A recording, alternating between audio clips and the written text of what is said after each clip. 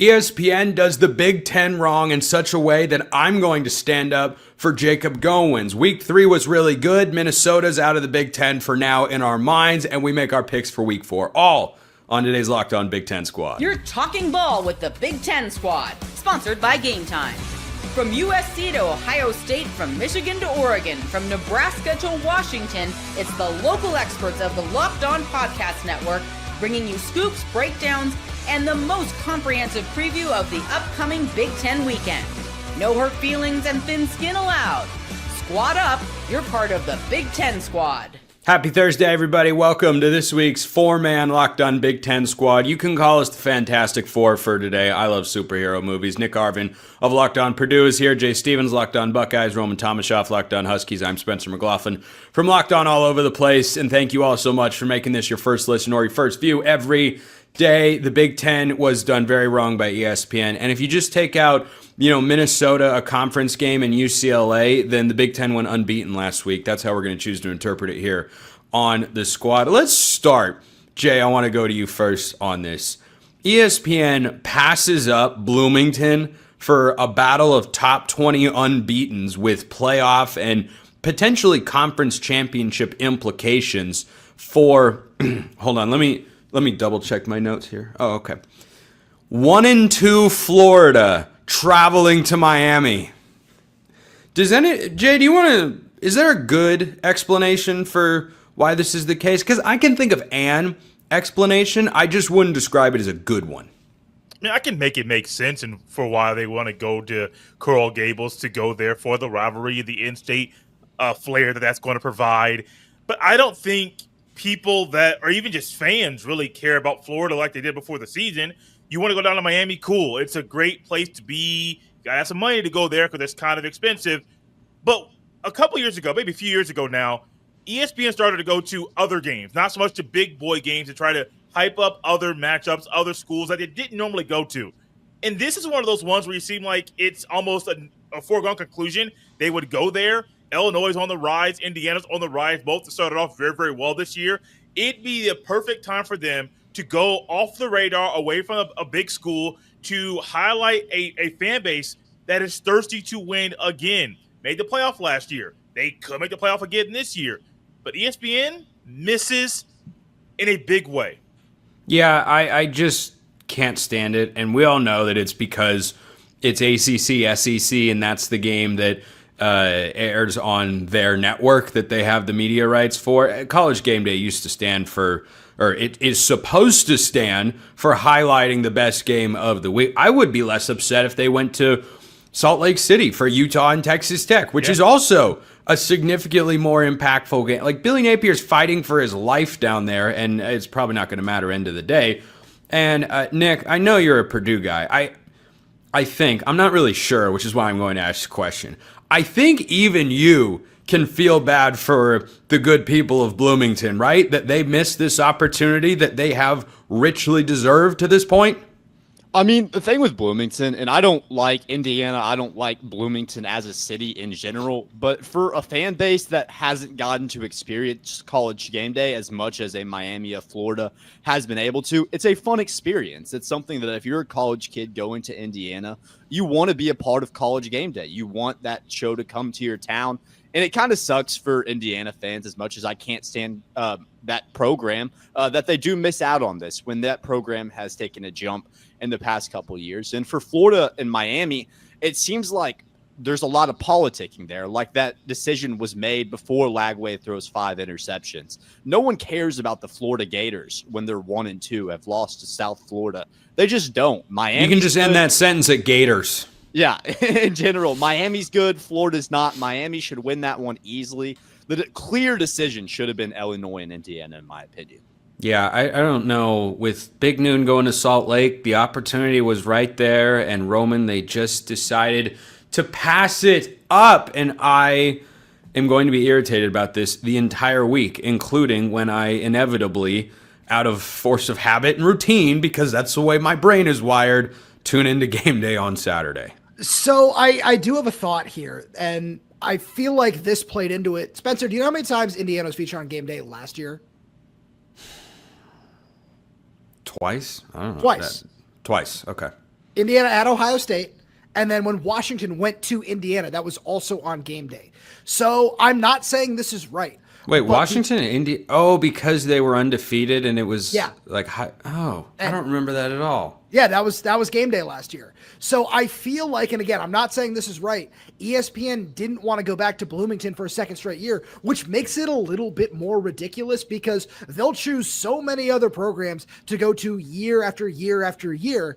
And Kurt Cignetti has done a phenomenal job turning around that program in a very short amount of time. So I feel like as we just continue down this road of a Power 2 conference between, the SEC and the Big Ten, those should be schools that get a whole lot of consideration for this. And especially, again, a top 20 matchup. It's insane to not choose that. It is insane. It's also insane that I have to do this. All right, Goins. Yeah! Hi. Welcome. Yeah! Welcome to the show. I just want everybody to know right off the bat, Goins is 16 minutes late to the recording of this particular episode, but You're right. I'm including him in the first segment anyway. We were just saying, Nick might have thrown a little bit of shade at the city of Bloomington in there, but we'll overlook that at the moment. The Purdue guy? Okay. Yeah, the Purdue guy. That is indeed what Nick's job title is here at the Locked On Network. But Yikes. your thoughts on game day not going to Bloomington this week? I think it stinks for Indiana fans because it's so clearly the more interesting game that it has so much bigger stakes. It's just more exciting to watch. Florida's awful. Florida sucks. Florida's terrible, and Billy Napier is going to go back to the Sun Belt if he's lucky. Okay. Yeah, what are you going to do about it now, Brandon? This is what you get for moving to London. Yeah, Brandon. Can't mute us. Do you even work here anymore? No. I think ESPN absolutely dropped the ball. Yes, I would have loved to seen them come back to Bloomington for Illinois and Indiana, a top 20 matchup. But even if it wasn't our game, for whatever reason, there's a great matchup in the SEC that's not named Florida. How about Auburn, Oklahoma? That's a good matchup they could have gone to. There's two great games that Game Day could have picked, but they said, you know what? Let's watch Carson Beck in Miami drop 48. I don't know, maybe not that much, but dominate Florida, who can't throw it to the correct football team. I mean, it's ridiculous. Yeah, 34-13 is my final score prediction. I think they went to Norman earlier this year is probably why. But I would have rather they gone to Norman again. I guess they were there for the Michigan game. Is that right? Yeah, but again, I would have rather they gone there again than go to Miami in Florida. Like, just... It should be in Bloomington, though. The correct answer was should. Bloomington, Indiana. That's the correct answer. When's the last time they were in West Lafayette, Nick? I don't know. To be honest, I'm going to stand up for the Boilermakers here. If they did go there, I bet that environment would be spectacular. Oh, yeah. It would be spectacular. I remember watching the Oregon game, which is, just something I do as neutral arbiter of all things college football. And I was just tuning into that matchup on a Friday night, and I think Purdue was 1-74.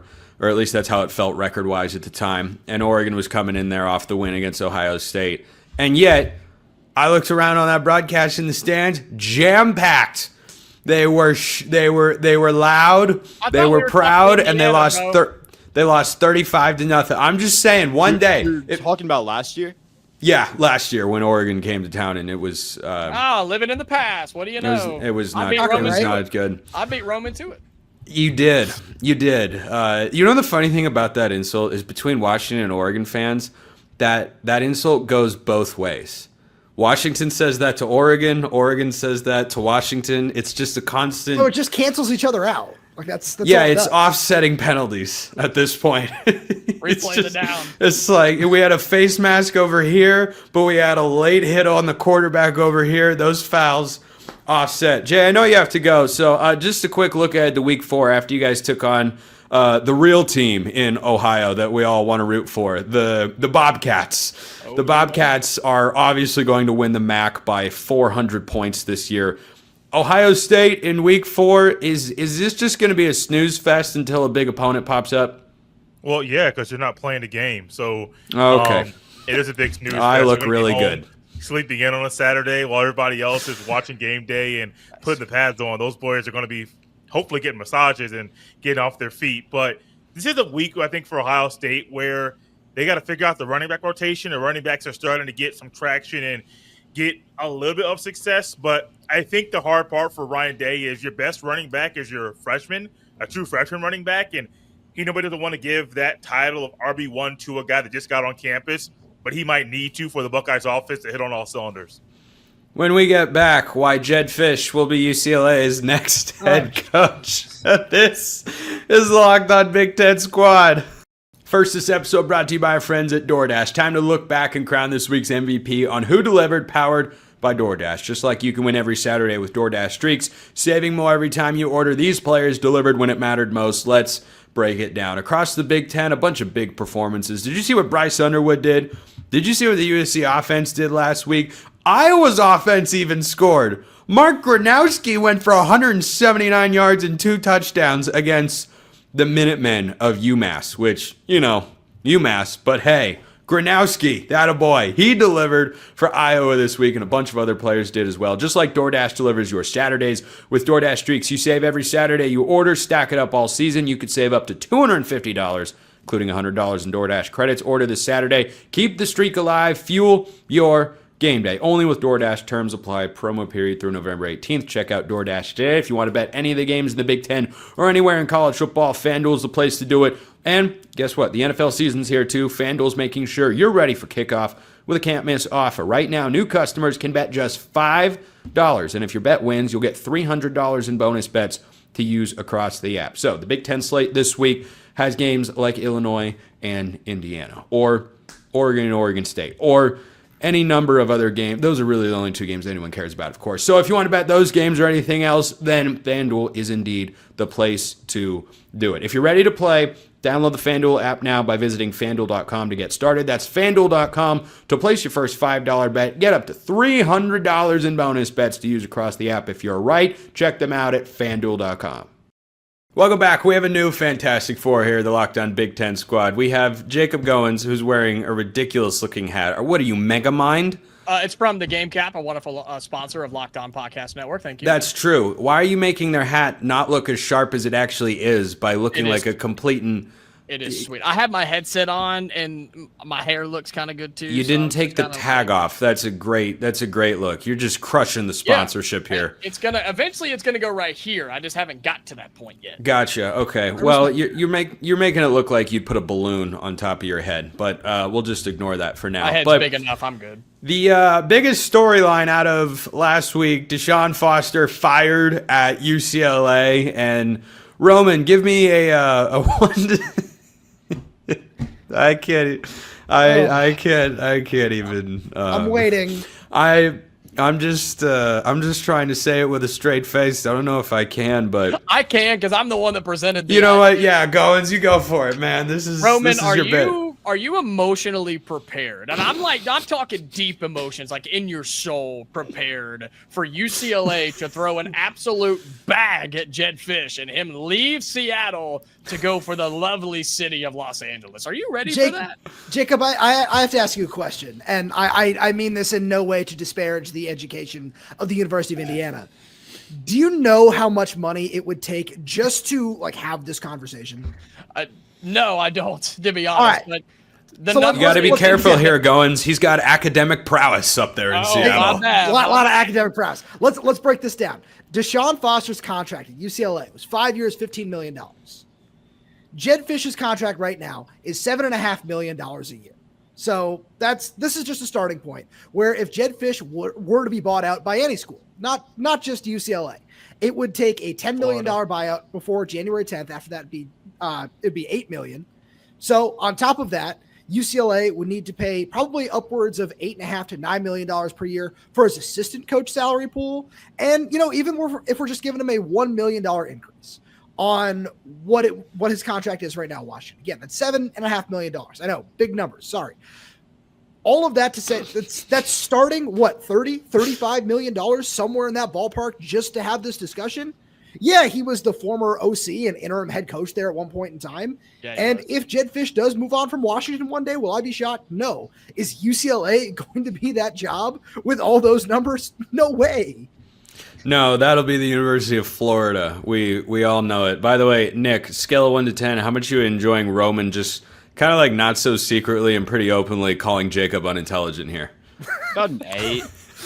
Good solid A. Good solid A. See, I want to make this very clear. Jacob, that was by no means to disparage you. That was going to go towards whoever was going to ask the question, and I had prepared my answer as if Spencer was going to ask the question. Damn it! So I just received it all. You were like, you know what? Screw this.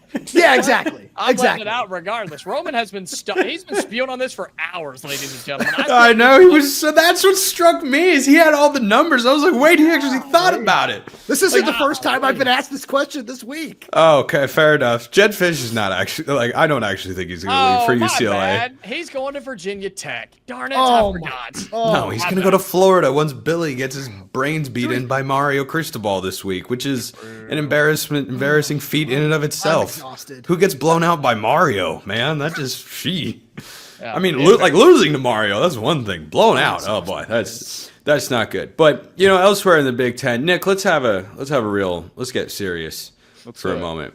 Should we just kick Wisconsin and Minnesota out of the league for losing non-conference games last week on the road?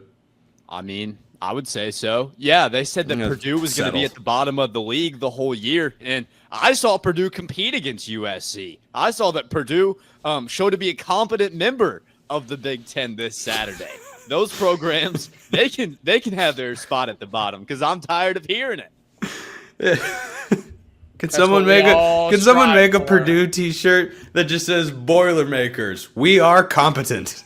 Competent members of Big Ten. Yeah, competent. Or they have the little jersey patch with the Big Ten logo. They should get a little tiny thing in cursive that just says "competent members of," and then the Big Ten conference logo on the jersey. Off of the UCLA jerseys after the way these first few weeks have went? I mean, at this can they point, really turn it around? Like that's the question I want to propose to everybody here. It's like, who could UCLA hire to actually turn it around in Los Angeles? Kurt Signetti. Shut up. No. Not so funny now, is it? Yeah, Kurt Signetti would burst into flame when he walked into Los Angeles. Are you kidding me? He would hate that place. No. I mean, no. Well, it is an interesting question because, the thing that comes up a lot, and I heard from an aggressive number of, I love the engagement, of course, but I posed a question on Twitter to Oregon fans this week. I got the login of some Oregon podcaster, and he let me use it. So I posed a question. If you were Will Stein, Oregon's offensive coordinator, would you take the UCLA job? I don't think there was a single yes. There were a few maybes in there, and that just speaks to how bad the brand of UCLA football is. And like right now, I don't think it always has to be that way, just to be clear. But something that I do think needs to change, and I saw some writing about this, and I want your guys' thoughts.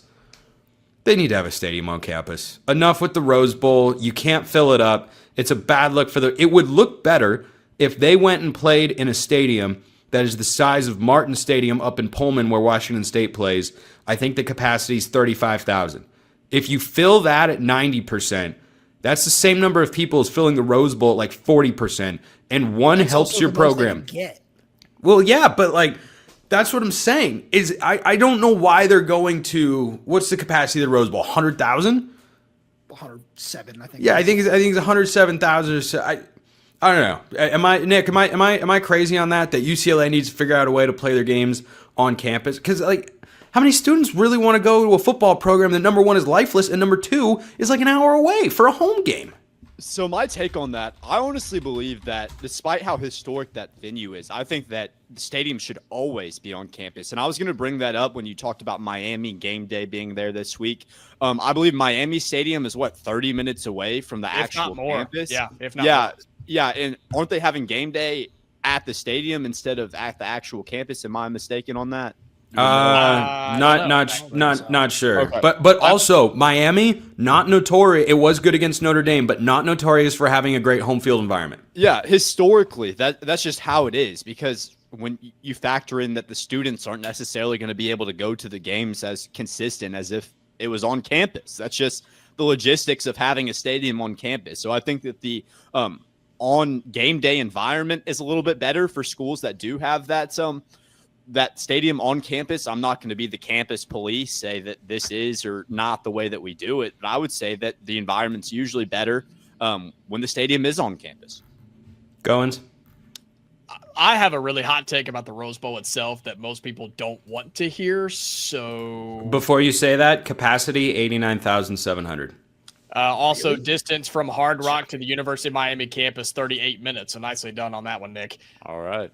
I think the Rose Bowl is really overrated for situations like this because it's overused and it's also old and it needs a facelift or a pressure wash. But the fact that UCLA goes in there and gets beat by New Mexico just waters down the stadium itself. I felt that way for a long time, and UCLA continues to bring down the reputation of the Rose Bowl. So you think they should only play postseason games there? Yeah, postseason games, special events, it just needs to. It doesn't have its aura anymore. The Rose Bowl it should host the national championship every year. That'd be fun. That'd be pretty fun. It should. Why shouldn't it? It's the most iconic setting in all of college football. But see, I think it's lost that. I think it's lost that aura. I really. Well, do. then get UCLA out of the stadium so we stop tarnishing it. It doesn't.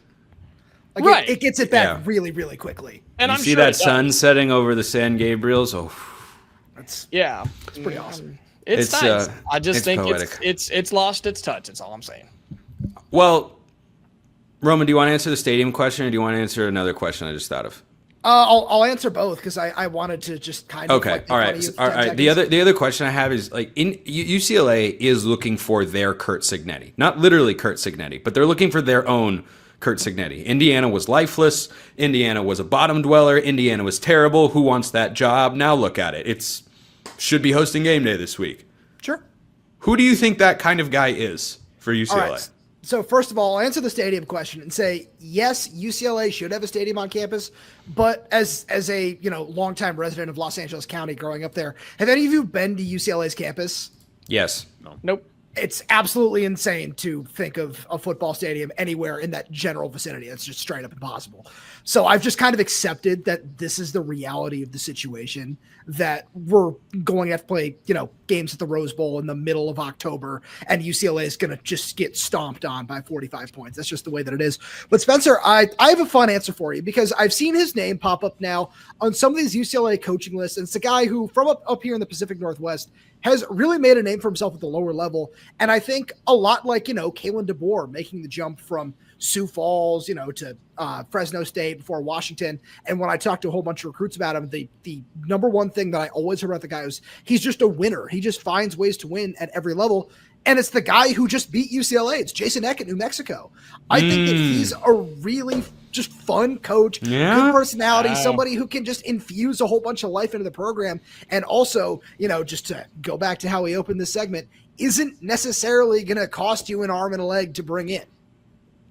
It's a good answer. That is a pretty good answer. If you can't beat him, join him or hire him. Roman's just trying to find any other name that's not named Jed Fish. Roman said, I have 17 different guys that qualify for this job. Take one. He's like, I hear Nick Saban is available. Brent Pry is out there. Is that the Virginia Tech coaching list, or is that a Jimmy Lake? Jimmy Lake would probably take the job. Lake, please. Yeah. I hear he's looking for work. I thought he had a job in the NFL. Isn't he on somebody's? Is he the assistant to the head coach with the Los Angeles Rams, I believe. You know what's crazy is I bet you that is paying like $500,000. I'm sure it is. He's a substitute teacher for Sean McVay. Yeah, hold on. Like the pretty much the job. Like he's just kind of hanging out. I had a different description, but I'm not going to share it. It's not appropriate. Oh right, because we definitely keep things totally censored in PG here on the Big Ten Squad. I mean, we're no Big 12 squad, but True. Ain't nobody in the Big 12 squad. No, nobody's a Big 12 squad, despite our best attempt last week. Anyway, where's Zach when you need him? I don't know. Skipping his job. Must be nice. When we get back, we're going to pick every game in the Big Ten for Week 4. Picks all around. There's at least one upset happening this week. Be ready for it. That's coming up next.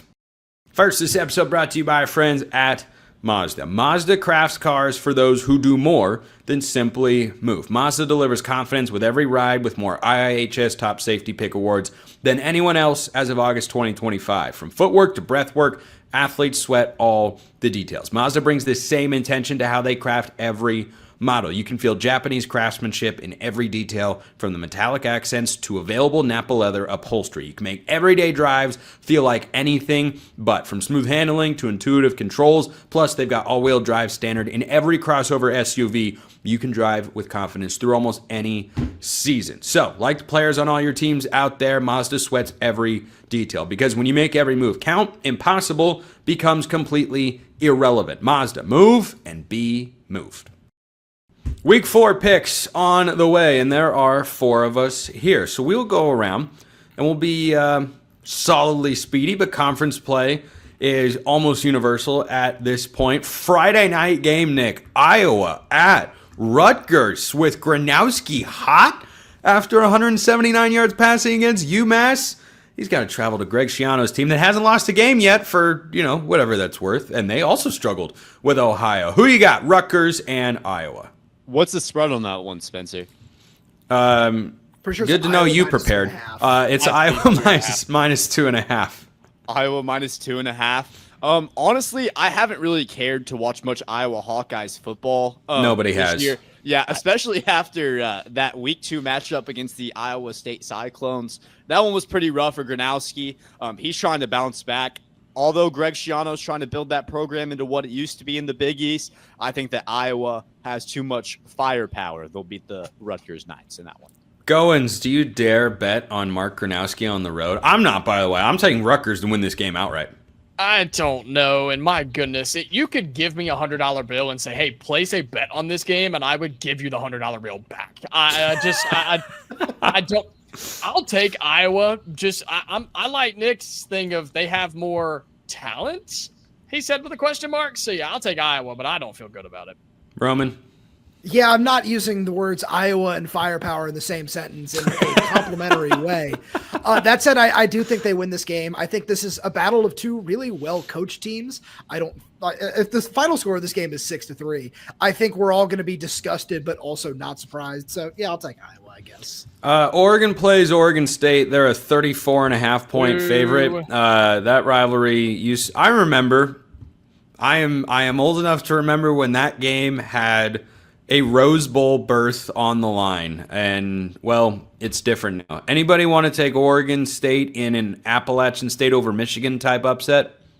It'd be funny. I would certainly enjoy watching that. I'll say that. Roman's got his hand up. Somebody, hey, producer, screenshot that. Screenshot that. Roman just picked Oregon State to win outright. Let it be known. Let's go to another one that will be more competitive. Maryland goes to Wisconsin. Did you know the Terrapins are 3-0? I think that changes this week. Give me the Badgers at home.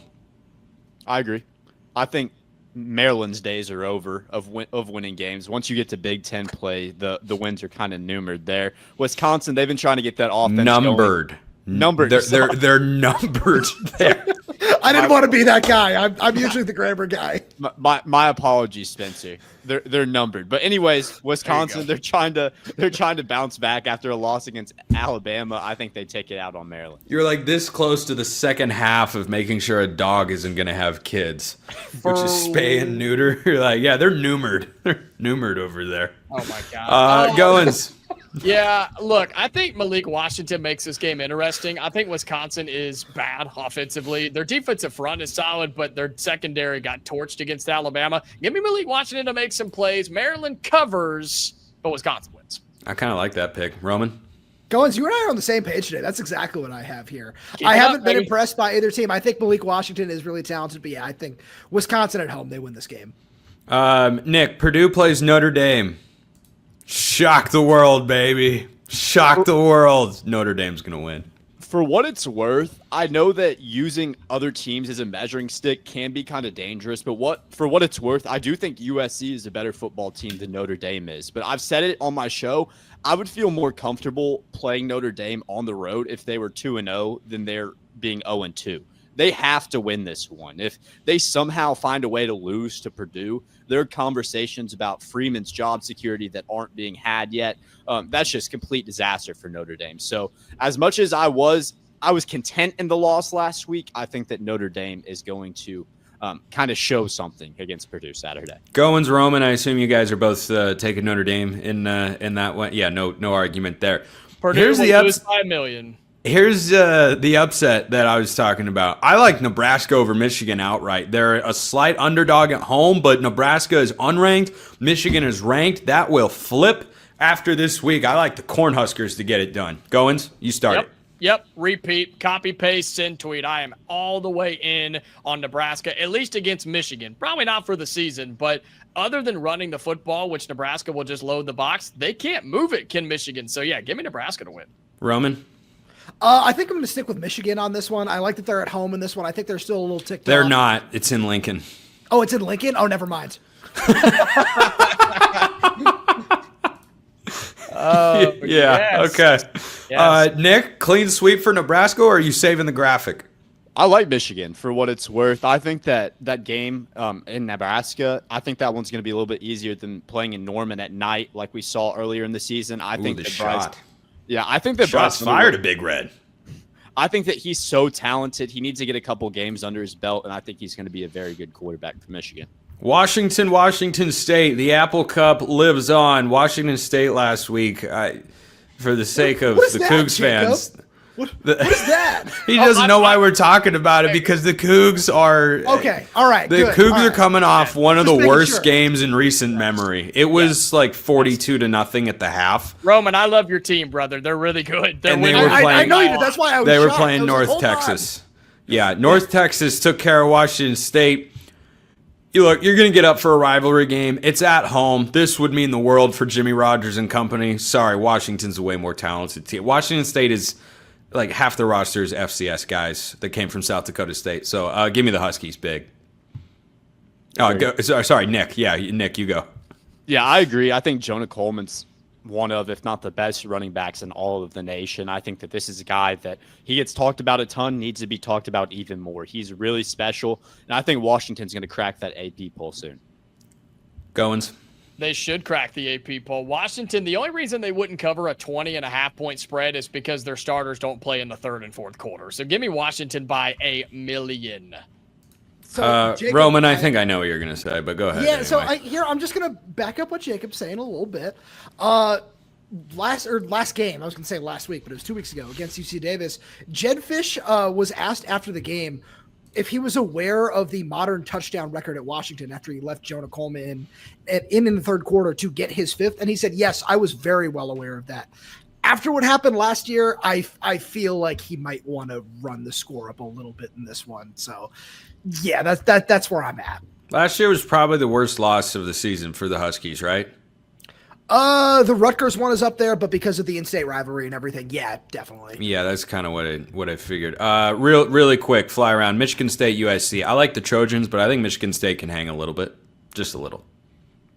Nick, I think so. I like USC in that one. I think that USC is a really good football team. I think they're going to surprise some people. Goins. Yeah, Michigan State covers, but USC wins comfortably. Roman. Yeah, I'm with Goins again. We're on the same page today, USC.